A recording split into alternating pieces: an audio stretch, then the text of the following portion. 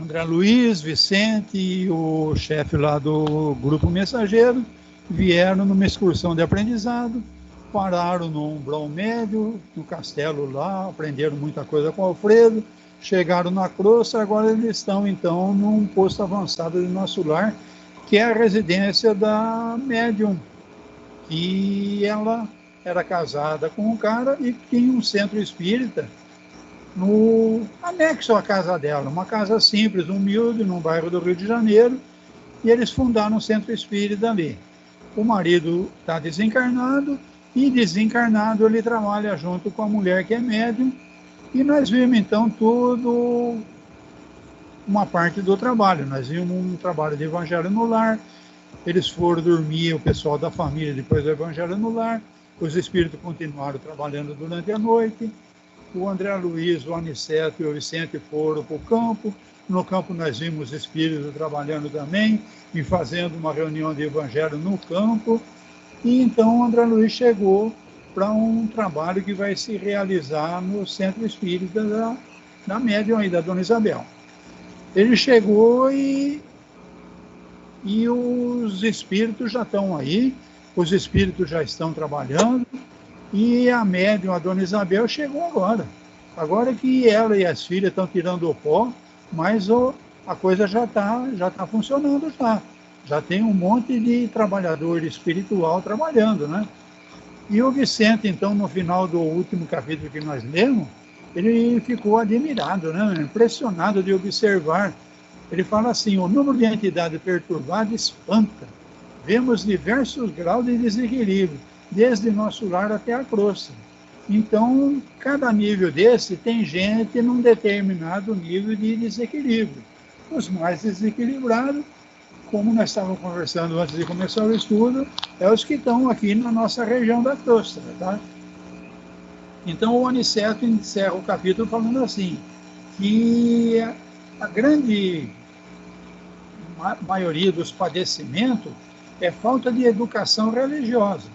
Mas não é educação religiosa do sacerdote, de ir na missa, de fazer o culto, nada disso, entendeu? Ele se refere... esse último parágrafo aqui mata a questão.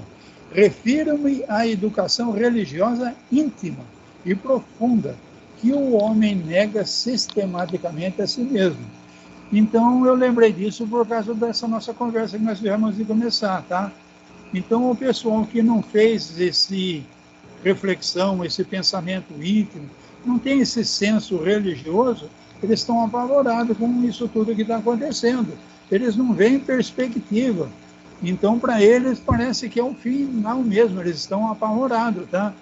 E a gente que já tem um pouco mais de reflexão sobre o assunto, a gente está mais tranquilo, porque nós temos uma fé.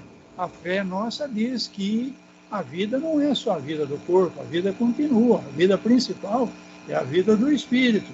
Então, haja o que houver, nós vamos em frente com fé, com esperança que as coisas vão no caminho da melhora, e a caridade, né? A caridade, então, no caso, com esses irmãos nossos que nós estávamos conversando. Não dá para confiar em ninguém hoje em dia, está todo mundo muito desequilibrado.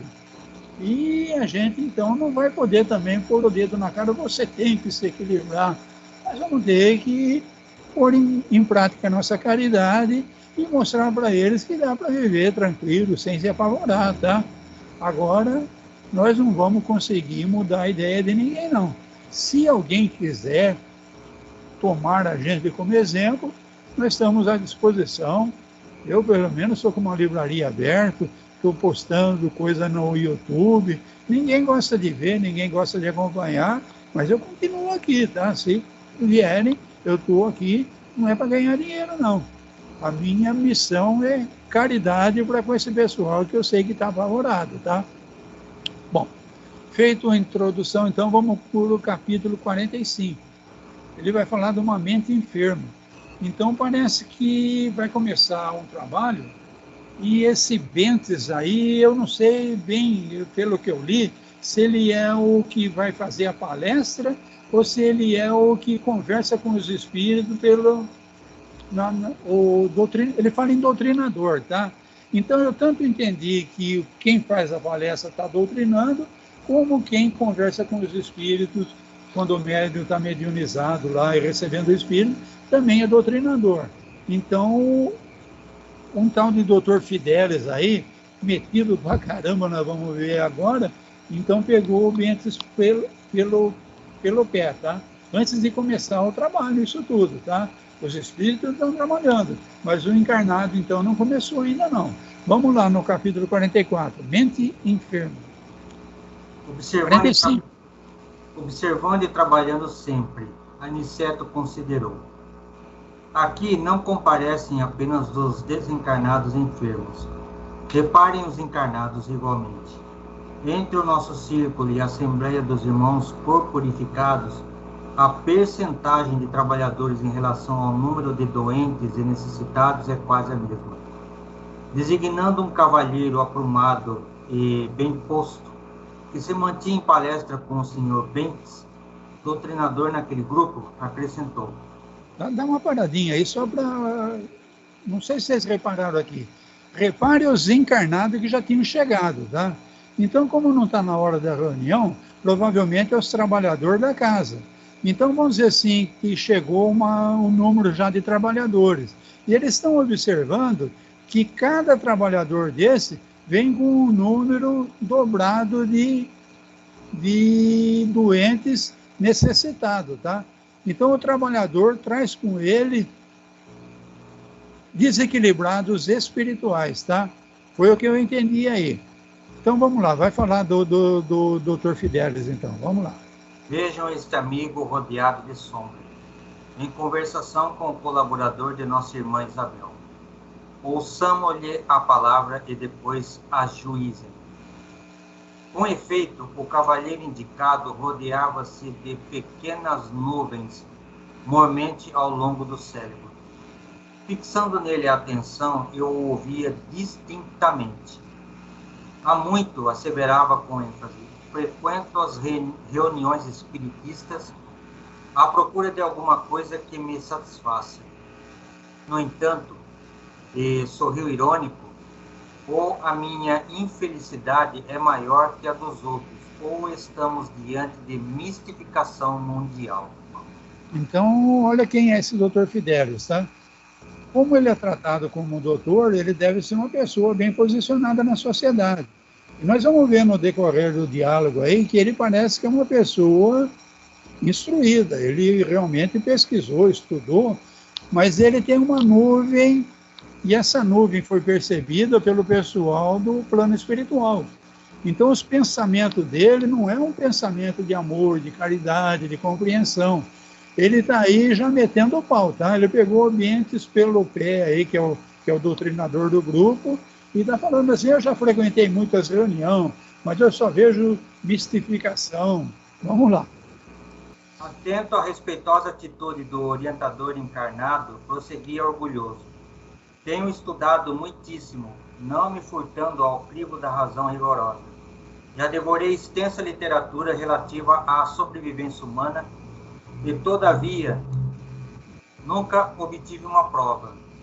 O Espiritismo está cheio de teses sedutoras, mas o terreno se mostra cheio de dúvidas. A obra de Kardec inegavelmente representa extraordinária afirmação filosófica. Entretanto, encontramos com Richard um acervo de perspectivas novas. A metapsíquica corrigiu muitos voos da imaginação, trazendo à análise pública observações mais profundas sobre os desconhecidos poderes do homem.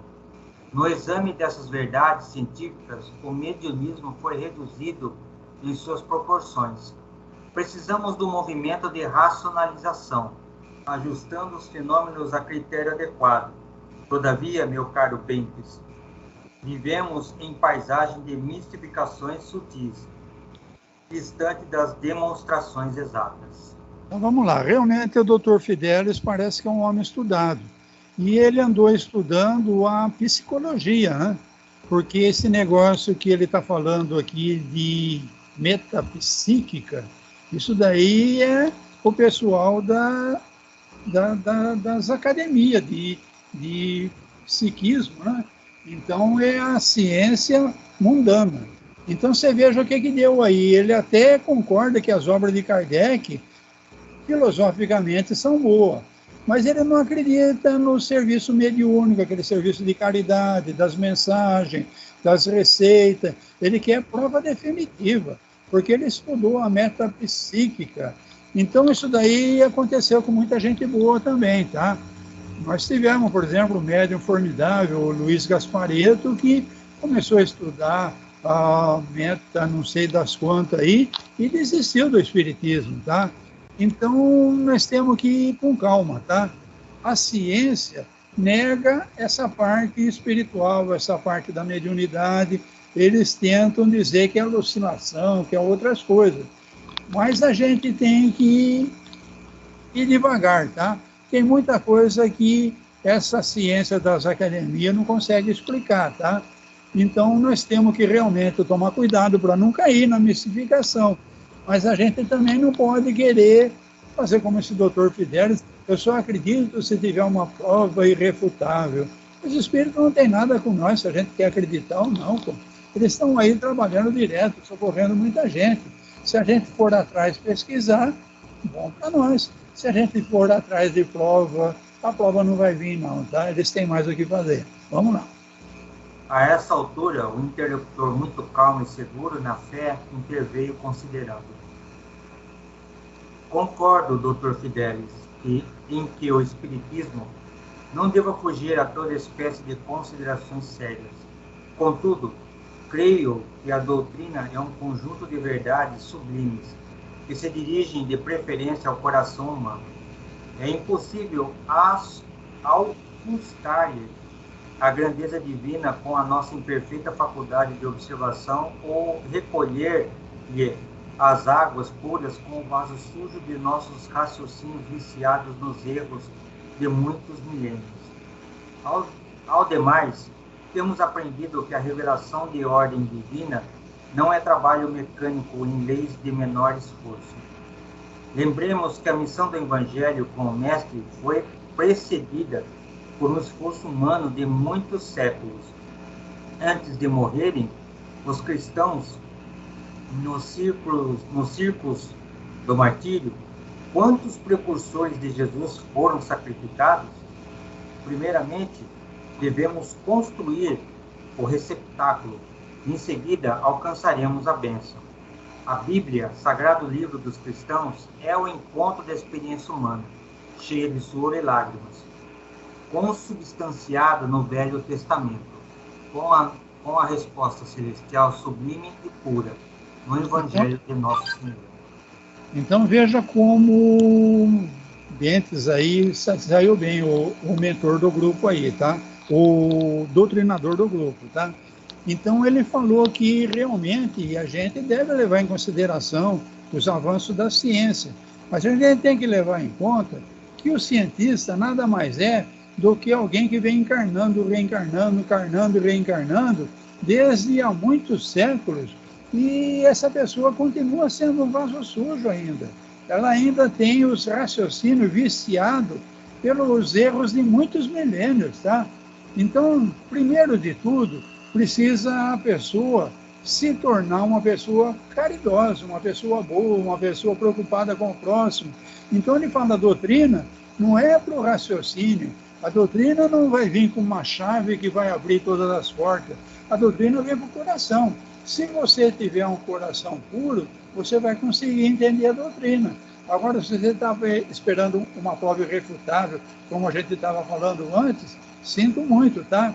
Então, aonde está esses pessoal mais desequilibrado? Na crosta. Encarnados e desencarnados que não saíram da crosta. Eles estão por aqui, tá? Influenciando uns aos outros, tá?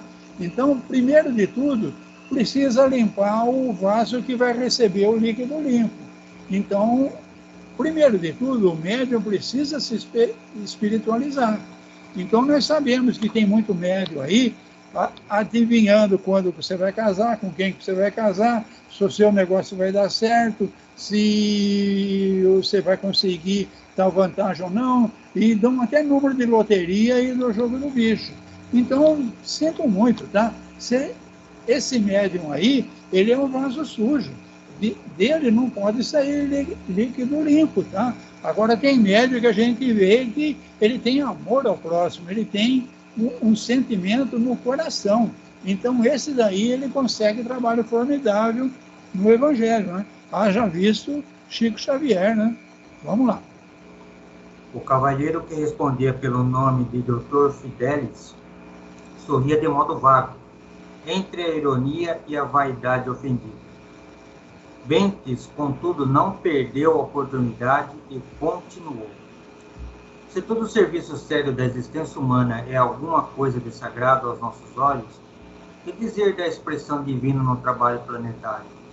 E considerando a essência do serviço na organização do mundo, que seria de nós se um punhado de espíritos amigos e sábios nos arrebatassem a visão ampla de orbes superiores, impelindo-nos para eles precipitadamente, tão só pelo fato de nos dispensarem como indivíduos uma estima santa? Estaríamos preparados para a mudança radical? Saberemos o que venha a ser a vida num orbe superior? Teremos trabalhado bastante para entender os divinos desígnios? E a Terra? E as nossas milenárias dívidas para com o planeta que nos tem suportado as imperfeições? Como residir nos andares mais altos sem drenar os pântanos que jazem embaixo? Estas considerações tornam-se imprescindíveis no exame de argumentação como a sua, porquanto não poderemos ajuizar com precisão as correntes generosas de um rio caudaloso, observando tão somente as gotas recolhidas no dedal das nossas limitações. Então, esse Bentes aí estava inspirado, tá? Nós vamos ver que realmente estava, tá? O mentor espiritual estava do lado dele, intuindo ele para dar uma resposta à altura, tá? Então, não vai vir uma prova inquestionável. Você tem que se preparar para poder captar o que é esse trabalho da espiritualidade no nosso campo. Mas ele faz essa suposição. Imagina que algum ser espiritual elevado aí fica com peninha de você, você pediu tanto, ele pega e te leva para Júpiter, por exemplo. Você está preparado para ir para Júpiter? Você está em condições de viver em Júpiter? Bom, a gente sabe que quanto mais o espírito evolui, mais aumentam as responsabilidades dele, mais aumentam as tarefas. Então, e aí, o que você vai fazer lá em Júpiter? Vai virar um pidão lá para as pessoas em Júpiter? Vai atrapalhar o pessoal que está lá? Então ele fala, para você habitar o andar mais alto, você tem que drenar o brejo, tá? Então nós estamos aqui nesse nível. Pelo estudo que a gente faz na escala espírita de Allan Kardec, esse nosso nível de provas e expiações é o mais rastaquela que tem, tá? Então a gente precisa se esforçar muito para entrar em regeneração. Por quê? Porque somos degenerados espiritualmente. Então, com essa escolha que fizemos, nesses milênios que tivemos aí de bobagem que fizemos, estamos aqui ainda em provas e expiações, drenando o lodo para poder edificar uma coisa maior, tá? Mas não adianta, então, a gente querer ir no centro espírita e fazer rogatórias intermináveis para que os espíritos nos levem a um nível superior. Primeiro de tudo, vamos limpar o vidro para receber água limpa, tá? Vamos lá. O pesquisador renitente acentuou a expressão irônica do rosto e revidou. Você fala como homem de fé, esquecendo que meu esforço se dirige à razão e à ciência. Quero referir-me às ilações inevitáveis da consulta livre, às farsas mediúnicas de todos os tempos. Você está informado de que cientistas inúmeros examinaram as fraudes dos mais célebres aparelhos do mediunismo na Europa e na América. Ora, Esperar de uma doutrina confiada a mistificadores continentais? Então, isso daí aconteceu, tá? Inclusive, o Leymar foi preso por causa das mistificações, tá? Ele pegava um trapo velho lá e tirava uma fotografia. Aí, com dupla exposição, ele tirava uma fotografia de uma pessoa. Aí ele dizia, olha aí, atrás de você apareceu um espírito.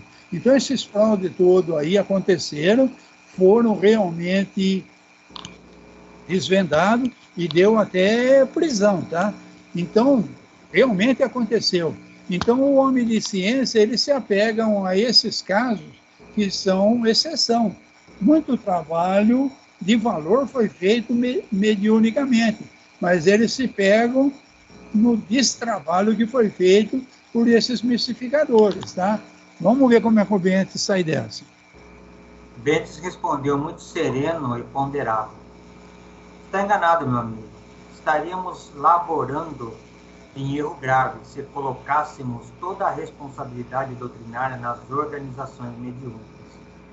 Os médiuns são simples colaboradores do trabalho de espiritualização.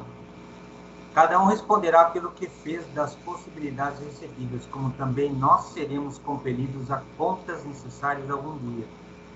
Não poderíamos cometer o absurdo de atribuir a concentração de todas as verdades divinas somente na cabeça de alguns homens candidatos a novos cultos de adoração. A doutrina, Dr. Fidelis, é uma fonte sublime e pura, inacessível aos pruridos individualistas de qualquer de nós, fonte na qual cada companheiro deve beber a água da renovação própria.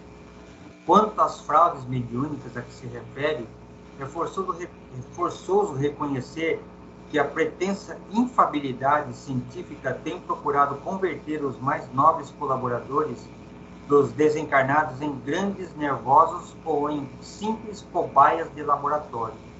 Os pesquisadores atualmente batizados como metapsíquicas são estranhos lavradores que exameiam no campo de serviço sem nada produzirem de fundamentalmente útil. Inclinam-se para a terra, contam os grãos de areia e os vermes invasores, determinam o grau de calor e estudam a longitude, observam as disposições climáticas e anotam as variações atmosféricas, mas com grande surpresa para os trabalhadores sinceros, desprezam a semente. Legal, né? Então, realmente foi assim, esse Leymar que eu falo aí, ele foi o cara que convenceu a esposa do Kardec, que era a herdeira do Kardec, a deixar ele tomar conta de tudo, entendeu? Então, nós sabemos hoje em dia que ele modificou o livro Céu e Inferno, ele modificou o livro A Gênese, ele fez a revista espírita sumir, porque ele começou a publicar coisas da Madame Blavatsky na revista espírita. Eles fizeram uma salada, tá? Ele e um outro tal de Rustang aí, tá? Esse Rustang fala que Allan Kardec tinha que ter escrito o primeiro livro só, que os outros livros o Kardec escreveu porque ele era metido. Que ele, o Rustang, é que estava sendo designado para trazer o resto da obra, que o Kardec... Só que esse Rustang, por exemplo, ele consultava uma única médium, tá? Então, o Kardec, diferentemente, ele consultava vários médiums, e ele ia confrontando, e ele descartou muita coisa que ele via que não batia, tá? Então, é um trabalho completamente diferente, por isso que ele está falando aí, candidatos a cultos de adoração. Esse pessoal montou firma e para tomar conta das obras de Kardec. Kardec tinha plano de construir asilo, moradia para o pessoal. Então, tudo isso daí morreu, tá? E foi por um caminho meio esquisito. Então, é isso que o Bento está falando para o doutor Fidelis. Realmente, você tem razão, tá? Só que a gente não pode tentar entender a doutrina só pelo lado mediúnico. Então, ele fala que realmente o cientista, o que ele faz? Ele pega um médium e ele transforma esse médium num experimento, tá? Então, naquele dia que o cientista vai lá, ele quer que o médium liga o botãozinho e fala com os espíritos e prova para o cientista que A mais B é igual a C. Sinto muito, não é assim. O médium, ele é um intermediário. Quem está organizando o trabalho são os espíritos. Precisa ver se foi combinado com os espíritos atenderem à vontade do cientista que está pesquisando, tá? Então, é o que ele está falando no final aqui. Esse pessoal é como um agricultor que vai lá no campo, ele estuda o solo, ele estuda a minhoca, ele estuda o clima, ele estuda tudo. Ele só não está preocupado com a semente. Então, a semente, o que é? A doutrina espírita. Isso daí não interessa para eles. Eles querem uma comprovação irrefutável, mediunicamente. Eu vou lá, ligo o médico me traz, senão eu não acredito. Vamos lá, vamos ver como continua isso daí. O interlocutor deixou de sorrir e observou. Vamos ver. Espero a mensagem dos meus com os sinais iniludíveis da sobrevivência após a morte. Aniceto nos tocou de leve e falou: repararam como este homem casamente enfermiça? É um dos curiosos doentes encarnados. Tem vasta cultura e, todavia, como traz o sentimento envenenado, tudo quanto lhe cai nos raciocínios participa da geral intoxicação. É pesquisador de superfície, como ocorre a muita gente. Tudo espera dos outros, examina seu semelhante, mas não ausculta a si mesmo. Quer a realização divina sem o esforço humano. Reclama a graça, formulando a exigência. Quer o trigo da verdade, sem participar da semeadura. Espera a tranquilidade pela fé, sem dar-se ao trabalho das obras. Estima a ciência, sem consultar a consciência. Prefere a facilidade, sem filiar-se à responsabilidade. E vivendo no torvelinho de continuadas libações, agarrado aos interesses inferiores e à satisfação dos sentidos físicos, em caráter absoluto, está aguardando mensagens espirituais.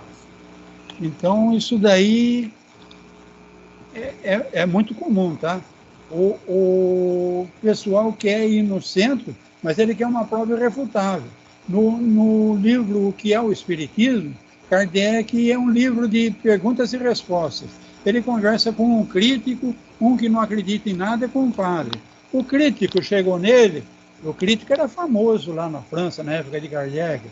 Não, mas se você me convencer, por A mais B, eu vou fazer uma crítica e a tua doutrina vai ter muito sucesso. Aí Kardec falou assim, eu estou aqui estudando, pesquisando há anos e anos. Se você quer conversar comigo, primeiro você vai estudar e vai pesquisar você.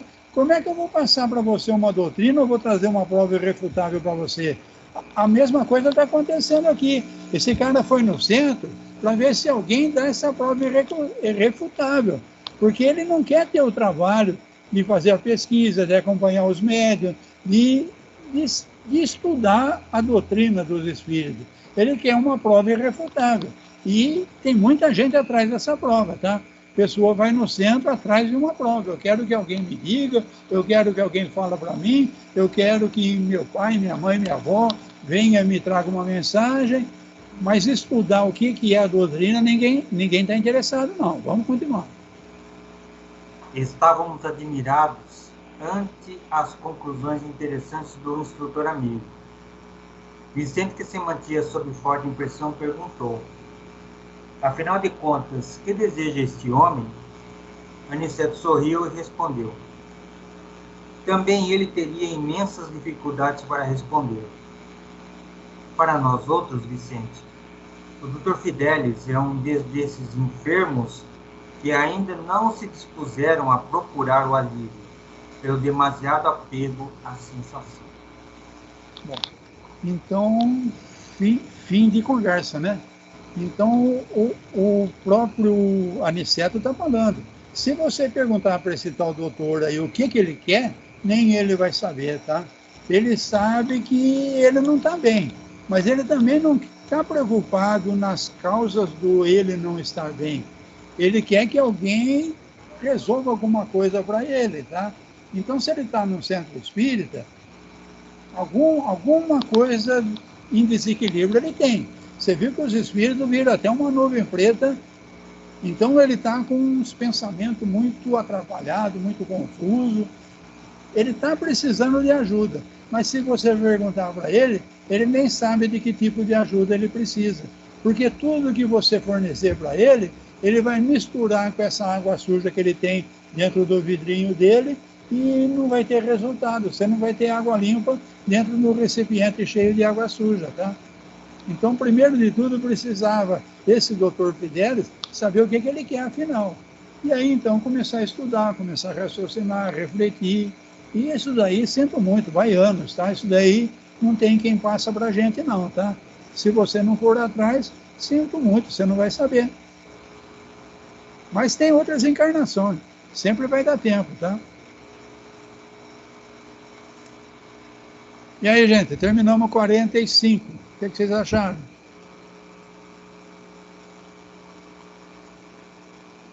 Sem perguntas.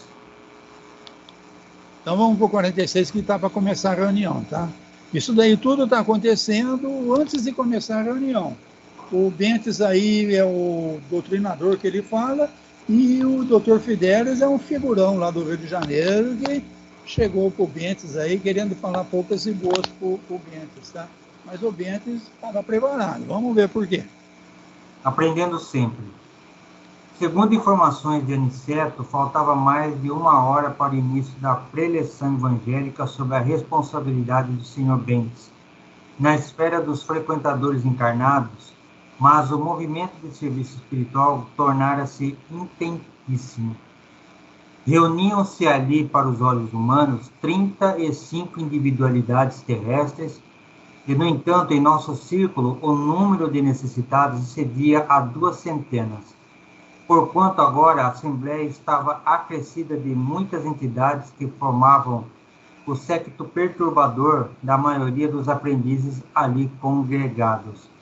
Para elas, organizou-se uma divisão especial que me pareceu constituída por elementos de maior vigilância, visto chegarem quase obrigatoriamente acompanhados os que buscavam socorro espiritual, sem a indicação dos orientadores em serviço nas vias públicas. Vamos dar uma analisada aí que tem muita coisa aí, tá? Então falta 1 hora ainda para começar o serviço. E ele fala então que o Bentes vai fazer a palestra, tá? Então mais na frente ele vai falar que ele é o doutrinador, mas realmente a tarefa primeira do Bentes vai ser a preleção evangélica, tá?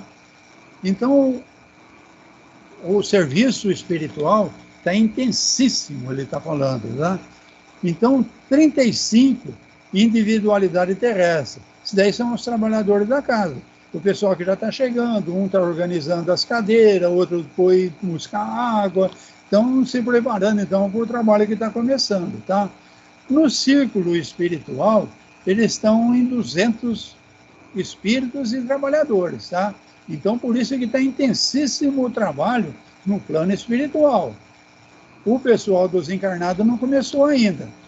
Só que agora a Assembleia está acrescida de entidades que vieram junto com os trabalhadores. Então, ele está falando aqui, ó, séquito perturbador da maioria dos aprendizes ali congregados.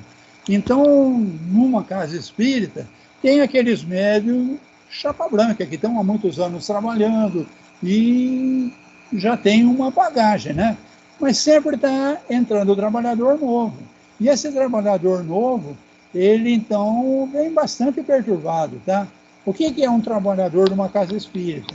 Alguém que um dia procurou a casa espírita porque estava muito perturbado e com o tempo ele foi sendo convidado a assumir algumas pequenas tarefas na casa, tá? Então ele está falando aqui que esse pessoal traz muitos espíritos com eles e que foi preparado um lugar especial para um lugar de maior vigilância para esses espíritos que vieram com os trabalhadores. Porque eles não vieram por indicação. Vocês lembram nos capítulos anteriores que tem um pessoal que vai nas ruas ver quem está apto para vir para o trabalho mediúnico. Então eles vão lá fora e vão ver. Vocês lembram que um deles, esses trabalhadores aí que trabalham nas ruas lá do Rio de Janeiro, levou um puxão de orelha, porque trouxeram um tio dele lá que não estava preparado. E o tio dele quis tomar a mediunidade da Dona Isabel e atrapalhou o serviço. Então a mesma coisa está acontecendo. Esses espíritos chegaram, não foi por obra desses trabalhadores que vão lá escolher quem vai participar do trabalho, não.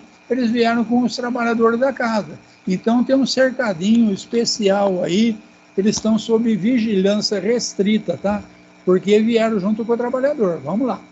A movimentação era enorme e o tempo era escasso para qualquer observação, sem movimento ativo.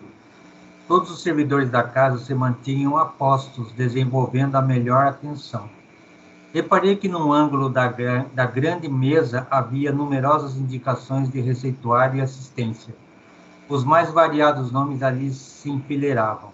Muitas pessoas pediam conselhos médicos, orientação, assistência e passes. 4 facultativos espirituais se moviam diligentes e secundando-lhes o esforço humanitário, 40 cooperadores diretos iam e vinham, recolhendo informações e enriquecendo pormenores. Então, olha como funciona essa casa. Então, em vez de ter um balcão para atender as pessoas, tem uma mesa. Nessa mesa, provavelmente, tem encarnados ali recebendo os pedidos, né? Então, um chega, não, eu estou doente, precisava de uma ajuda, precisava de uma receita, precisava de um passe, precisava de uma cirurgia, e eles estão, os encarnados, anotando. Só que junto desses desencarnados, tem 2 médicos espirituais, que é o chefe ali da assistência. E tem 40 cooperadores diretos espirituais. Então, eles vão pegando essas informações e estão agitando. Então, ele está falando que o trabalho está intensíssimo. Não começou a palestra, não começou ainda a palestra evangélica. Mas olha como está o trabalho, tá? Cada um que chega, então, ou pedindo prece, ou pedindo recado de amigo espiritual desencarnado, ou pedindo... Parece que eles fazem receituário também. Vamos continuar o estudo. Vamos lá. Aproximamo-nos do grande número de papéis nominados e, enquanto curiosamente buscava examiná-los, Aniceto explicou. Temos aqui a indicação das pessoas que se afirmam necessitadas de amparo e socorro imediato. Mas recebem elas tudo quanto podem, ou tudo quanto pedem? Indagou Vicente curioso. Nosso mentor sorriu e respondeu. Recebem o que precisam. Muitos solicitam a cura do corpo, mas somos forçados a estudar até que ponto lhes podemos ser úteis no particularismo de seus desejos. Outros reclamam orientações várias, obrigando-nos a equilibrar nossa cooperação de modo a lhes não tolher a liberdade individual. A existência terrestre é um curso ativo de preparação espiritual e quase sempre não faltam na escola os alunos ociosos, que perdem o tempo ao invés de aproveitá-lo, ansiosos pelas realizações mentirosas do menor esforço. Desse modo, no capítulo das orientações, a maior parte dos pedidos são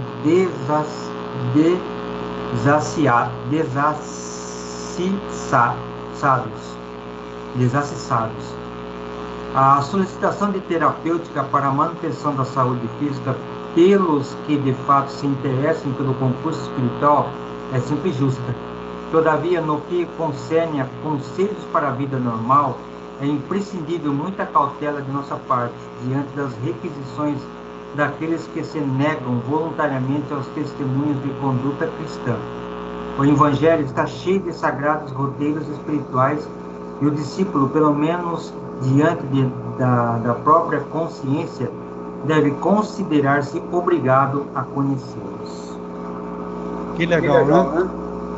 Então, Vicente falou. O som está dando eco aí, acho que é o seu, César. Dá uma ajeitada na caixinha aí.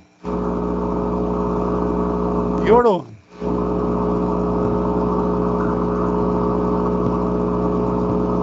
Sei lá o que é, tá dando um eco do caramba. Vamos lá, melhorou. Bom, o Vicente perguntou, mas esse pessoal que está fazendo tanto pedido aí recebe tudo? Olha a resposta do Aniceto. Recebe o que precisa, não tudo que pede, tá? Ele solicita a cura do corpo. Mas muitas vezes a doença é o que vai fazer esse espírito refletir, esse espírito tomar um outro rumo, esse espírito entrar em meditação. Então, muitas vezes a doença não é um castigo. Se for possível, eles vão receber o que precisam, o que é melhor para eles espiritualmente falando, tá? Então eles vão sempre fazer, por isso que está essa agitação toda. Olha os bilhetinhos, e um corre para lá, outro corre para cá, um pesquisa isso, outro pesquisa aquilo, para ver o que pode ser atendido ou não. Eles pedem muitas orientações, ele está falando aqui, mas o plano espiritual tem que tomar cuidado para que não tolhe a liberdade individual. Então, eu por exemplo, estou para fazer um negócio. Eu quero montar uma firma. E eu vou consultar os espíritos para ver se eu monto ou não monto. Sinto muito, eles não vão responder. Eu tenho que ter essa liberdade, esse discernimento, vai depender de mim. Ninguém vai trazer isso de bandejinha para mim. Se trouxer, desconfia que não é espírito elevado, tá? É espírito zombeteiro, tirando uma com a outra cara, tá? Você vai se sair mal. Você está consultando o espírito da pior categoria, tá? Bom, a existência terrestre é um curso ativo de preparação espiritual, mas quase sempre aluno ocioso, fica perdendo tempo, consultando. Alguém tem que responder para mim, alguém tem que dar uma orientação para mim, e ele mesmo não quer refletir, não quer pesquisar, não quer consultar pelo menos a sua consciência, tá? Então, muitos pedidos não vai ser assistido não, tá? A manutenção da saúde é um dever de todo encarnado, tá? Mas muitas vezes você tem que entrar em reflexão. Às vezes essa doença, como eu disse, não é um castigo. Você tem que continuar lutando para restabelecer a sua saúde. Mas você também não pode ficar todo revoltadinho, não, porque de repente você ficou doente, tá? Ok, você está doente. O que eu tenho para aprender com essa doença, tá? O que em mim tem que modificar para que eu consiga sair dessa doença, tá? Sempre nesse sentido. O que em mim tem que modificar para que isso não aconteça mais, ou para que isso melhore, tá? Então, é imprescindível muita cautela o Aniceto está falando, tá? Então, por isso que o trabalho está intensíssimo. Muitos encarnados pedindo muita coisa e os desencarnados estudando, pesquisando, vendo se pode, se não pode. Vamos lá. O instrutor amigo. O instrutor amigo fez pequena pausa, mudou a inflexão de voz como para acentuar fortemente as palavras e considerou. Melhorou o som aí, Barão? Tá bom, pode continuar. Possivelmente vocês objetarão que toda pergunta exige resposta e todo pedido merece solução. Entretanto, nesse caso de esclarecer determinadas solicitações dos companheiros encarnados, devemos recorrer muitas vezes ao silêncio, como recomendar humildes àqueles que a pregam para os outros, como ensinar a paciência aos que aconselham aos semelhantes e como indicar o bálsamo do trabalho aos que já sabem condenar a ociosidade alheia. Não seria contrassenso? Ler os regulamentos da vida para os cegos e para os ignorantes é obra meritória, mas repeti-los aos que já se encontram plenamente informados não será menosprezo ao valor do tempo? Alma alguma, nas diversas confissões religiosas do cristianismo, recebe notícias de Jesus, sem razão de ser. Ora, se toda condição de trabalho edificante traduz compromisso da criatura, todo conhecimento do Cristo traduz responsabilidade. Cada aprendiz do Mestre, portanto, está no dever de observar a consciência, conferindo-lhe os alvitres profundos com as disposições evangélicas. Então o Vicente perguntou aí, mas não era útil a gente passar as informações? Olha o que o Aniceto está falando, tá? Como é que eu vou falar de paciência para quem vive cobrando os outros? Então essa pessoa, ela fala, não, o César tem que ter mais paciência. Então ela sabe do valor da paciência. Adianta falar de paciência para ele, se ele, em vez de se tornar paciente, ele fica cobrando que o outro seja paciente. indicar trabalho para quem vive condenando a ociosidade dos outros.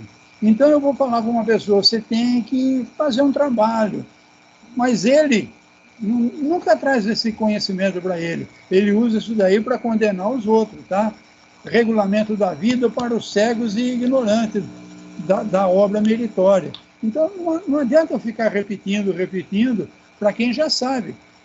É a mesma coisa que eu falar, ensinar o Padre Nosso para o vigário. Só que o vigário não quer rezar. O vigário quer ensinar Pai Nosso para os outros. Ele mesmo, ele não quer fazer o amor a Deus, ele não quer fazer o perdoa as nossas dívidas, assim como eu perdoo. Então, ele não traz para ele, entendeu? Então, não adianta eu ficar dando recado para quem já sabe isso tudo, só que não aplica.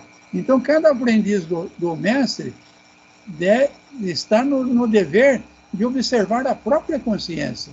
Então, eu estou falando que você está com problema de ociosidade e eu estou trabalhando o suficiente, então a minha consciência tem que estar sempre na frente, entendeu? É isso que ele está falando. Então, é todas essas análises que eles fazem antes de mandarem uma mensagem, antes mesmo de mandar uma intuição para alguém que está em oração pedindo, tá? Vamos lá. Vicente escutou. Vicente, que escutava com grande interesse, aventou. No entanto, ousaria lembrar os que formulam semelhantes pedidos levianamente. Sim, elucidou Aniceto sorrindo, mas nós não poderemos copiar-lhes o impulso. Os desencarnados e os encarnados que ainda abusam das possibilidades do intercâmbio entre as esferas visíveis e invisíveis ao homem comum, pagarão alto preço pela invigilância. Nesse caso, perguntei respeitoso, como corresponder aos pedidos de orientação? Alguns raros, esclareceu nosso orientador, merecem o concurso da nossa elucidação verbal, na hipótese de se referirem aos interesses eternos do espírito, quando isso não seja possível. Entretanto, quase sempre é indispensável nada responder de maneira direta, auxiliando os interessados na pauta de nossos recursos em silêncio, mesmo porque não temos grande tempo para relembrar a irmãos encarnados certas obrigações que eles não deviam escapar da memória para a felicidade de si mesmos. Então o Vicente falou assim, mas tem gente que vem aqui, mas ele fez a pergunta de uma forma assim mais levianamente, né? Então ele fala, ok, tem sim, mas o desencarnado e o desencarnado ainda abusa do intercâmbio. Então, como eu falei, tem gente que procura o centro para ver se o negócio dele vai dar certo ou não. Ele quer que os desencarnados resolvam o problema sentimental, o problema financeiro, o problema de saúde dele, sem nenhum esforço, entendeu? Só porque ele pediu, e ele acha que ele tem que ser atendido, tá? Então, o homem pagarão alto preço pela invigilância. A invigilância é isso, entende? Você querer que alguém resolva o teu problema e você mesmo não está fazendo nada para resolver o teu problema. Você está pedindo. Você vai pagar alto preço. O problema vai se agravar. Não é que você vai ser castigado, tá? Você não está fazendo nada, ninguém vai trazer a chave para você abrir essa porta vai continuar trancada. Então, esse é o alto preço, tá? Então, quando seja possível, entretanto, eles não respondem de forma direta, tá? Então, quando eles veem que o interesse é do espírito, é um interesse genuíno, que a pessoa está realmente interessada numa elevação espiritual, não vai ser respondido de maneira direta. Então, vai ser na forma de uma inspiração. De alguma forma, você vai sentir vontade de abrir um livro, de ver uma palestra na internet. De alguma forma, você vai sentir algumas vontades e você vai ser encaminhado para aquilo que você realmente precisa. Agora, receber uma cartinha no Centro Espírita dizendo A mais B igual a C, porque D é menor do que E, 5 muito não vai ter, tá? Vamos lá. Calou-se por momentos o bondoso instrutor, considerando em seguida interessado em nos subtrair quaisquer dúvidas. Muitas entidades desencarnadas estimam o fornecimento de palpites para as diversas situações e dificuldades terrestres, mas esses pobres amigos estacionam desastradamente em questões subalternas, incapazes de uma visão mais alta em face dos horizontes infinitos da vida eterna, convertendo-se em meros escravos de mentalidades inferiores encarnadas na Terra. Esquecem que o nosso interesse imediato agora deve ser, acima de todos, aquele que se refira à espiritualidade superior. Nossos irmãos inquietos que forneçam palpites a preguiçosas mentes encarnadas sobre assuntos referentes à responsabilidade justa e necessária do homem, devem fazê-lo de própria conta. O que acontece então? Então, realmente tem isso, né? Entidade desencarnada que estimam o fornecimento de palpite. Então tem, eu chamo de zombeteiro, de espírito que gosta de se sentir importante, tá? Então, uma pessoa que faz pergunta boba, tem espíritos bobos que se sentem todos orgulhosos de falar, tá? Então, ele fala entidades desencarnadas que estimam o fornecimento de palpite. Mas essa pessoa que vai procurar de forma fútil, então a mentalidade dela é inferior. Ela está interessada em coisas rasteiras, coisas aqui da Terra, tá? Ele não está interessado na espiritualidade superior. Então, se um espírito resolve, se propõe a ser um respondedor de pergunta fútil, ele deve fazê-lo por conta própria. Vamos lá. O que acontece então? O que acontece então? Perguntou Vicente curioso. Nosso mentor, contudo, respondeu com outra pergunta. O que acontece ao homem de responsabilidade que se põe a brincar? Nesse instante, um dos clínicos espirituais, aproximando-se, foi gentilmente saudado por Aniceto, que lhe disse depois de apresentar-nos. Disponha da nossa colaboração, Mili. Aqui estamos na qualidade de médicos itinerantes, prontos ao concurso ativo. Vem de nosso lar? Indagou o novo companheiro respeitosamente. Sim, respondeu Aniceto prestativo. Pois bem, considerou ele, se possível, estimarei receber-lhes o auxílio após a reunião para 2 casos urgentes. Trata-se de uma jovem desencarnada hoje e de um agonizante, meu amigo.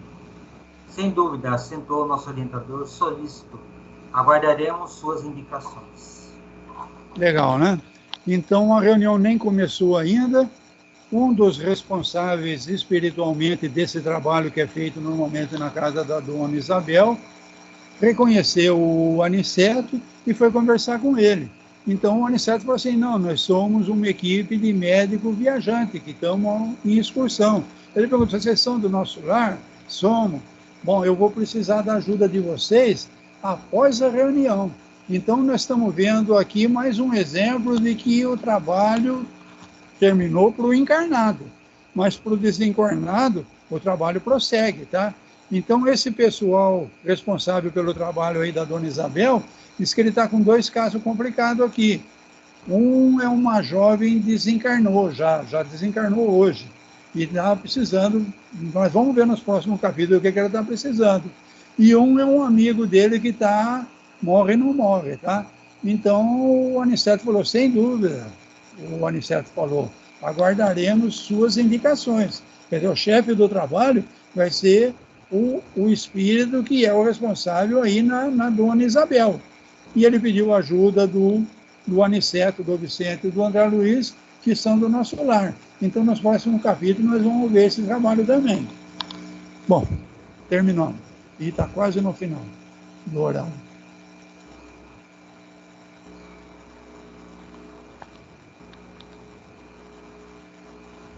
Eu, sinceramente, não imaginava que acontecia isso tudo numa casa espírita antes da gente chegar, tá? E enquanto a gente está ali chegando e conversando e cumprimentando e dando beijinhos e tirando sarrinho, olha quanto trabalho está acontecendo ali e a gente encarnado nem sabe, tá?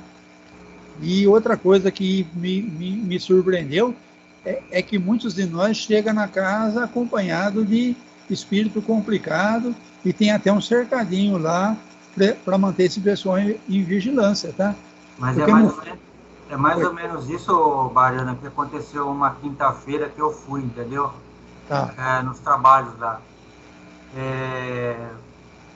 Geralmente se chegava lá e começava na roda lá, umas fofoquinha, né? Habitual de sempre, né? E, infelizmente, né? Isso comprometia um pouco, né? Principalmente vocês que entravam na outra parte lá da sala, que começava a leitura do Evangelho, né? Depois começava já a vibração, né? Tudo. Aí foi pedido para a gente começar na roda lá, né? Pegar um livro ou fazer uma oração, entendeu? Foi pedido isso, né? Para a gente entrar em sintonia com os trabalhos que já estavam iniciados dentro da casa. Quer dizer, foi uma mudança, de orelha, né? Uma mudança meio que radical, né? Então, a casa tem trabalhadores responsáveis espirituais. A casa tem médium que recebe o recado deles, entendeu? Então, a pessoa que foi dar esse recado, eu conheço essas pessoas, tá? Essas pessoas, ela tem muito cuidado para não ferir a suscetibilidade de ninguém. Ela chega com jeitinho, tentando falar, mas você veja bem, eu mesmo, que já tinha lido esse livro, mas já faz tempo, eu não lembrava disso tudo, entendeu? Então, eu acho que tá formidável essa leitura para nós aqui, para a gente encarar uma casa espírita com outros olhos, entendeu? Que o grande trabalho dentro de uma casa espírita não é o trabalho entre os encarnados. E aí a gente observa que tem uma pessoa que chegou lá completamente desequilibrada, precisando de ajuda, mediunidade totalmente destrambelhada, e essa pessoa frequenta a casa há mais de 10 anos e não melhorou nada. Ela continua do mesmo jeitinho, com a mediunidade destrambelhada, os espíritos fazem o que querem dela, jogam ela no chão, fazem ela passar situações ridículas. E por que não está mudando nada? Por quê? Está faltando uma reflexão, está faltando coração, entender a espiritualidade num nível acima. Não adianta eu ir na casa e pedir para afastar os espíritos. Eu tenho que ir na casa, sendo um médium perturbado, e tenho que tentar entender o porquê que os espíritos estão fazendo isso comigo. O que em mim tem que ser modificado para que esses espíritos me perdoem, me desculpem, e relevem isso tudo, e que eles procurem os trabalhadores e sejam encaminhados. Você entendeu? Se eu ficar só pedindo, por favor, afasta esse. Ok, Jesus falou, eu varro uma sala, não fecho a porta, não fecho a janela, aquela sala limpa vai ser habitada por 10 pior ou igual, tá? Então, o que é fechar a porta e a janela? Eu fiz o pedido, esses espíritos foram encaminhados. Eu mudei minha atitude? Se eu não mudei, na esquina, no primeiro desaforo que eu enfrentar e que eu ficar todo nervosinho, vem 7 ou outro igual ou pior e me pega de novo, entendeu? Mas é difícil passar isso, tá? Principalmente para quem tem uma mediunidade. Porque a pessoa que tem a mediunidade, ela corre o risco de achar que ela é diferente. Afinal de contas, Chico Xavier é médium, Divaldo é médium, e ela é médium. Ok, mas como que está o coração? Como que está o perdão? Como que está o amor ao próximo? Como que está a caridade? A do Chico eu sei, a dela eu não sei. Mas como que eu vou falar isso para ela sem ferir? Então, como eu te falei, os recados são dados, os médios recebem, vai lá fora tentar conversar com muita delicadeza para não ferir a sensibilidade de ninguém, mas é complicado, tá, Sérgio? Complicado. Tanto que eu tentei já nas reuniões, eu vi que o pessoal estava fugindo um pouco do assunto, né? Colocando coisa do dia a dia no meio da conversa lá, que estava sendo feita através do livro dos... Acho que é o Evangelho. Isso. E estava totalmente bagunçada a conversa lá. Eu tentei trazer de volta, né, no rumo do livro, mas foi meio em vão, porque foi até um certo ponto, depois começou de novo, desisto. Eles até não gostam, tá? Porque o Evangelho é um livro que pega no calcanhar de Aquiles da gente, tá? Exatamente. O Evangelho, ele pega na vaidade, ele pega no orgulho, ele pega. Mas a pessoa não quer que peguem no calcanhar de Aquiles dela. A pessoa quer ouvir a historinha da borboleta que virou casulo, que não sei o quê. É isso que a pessoa quer. Uma coisinha bobinha, rastaguela, terra. Esse negócio lá do alto, a pessoa não quer esse raciocínio, entendeu? Então você matou a charada aí, tá? O livro Evangelho, ele é formidável, mas ele é um livro que morde no calcanhar de Aquiles, tá? Exato. Quem não tiver preparado para admitir que é orgulhoso, vai falar assim, quem esse César pensa que é? Entendeu? Vai pôr o defeito no Evangelho? Não, o Evangelho está escrito por Kardec. Vai pôr o defeito em quem, então? Nesse César aí metido. Nós estamos aqui falando da borboleta, do casulo, ele vem falar essas coisas para a gente, entendeu? Sobra para o César, sobra para o Barano, entendeu? Então, por isso que a gente entende por que tem tanta gente que não vai muito com a cara da gente, tá? Vamos seguir, né? Vamos em frente.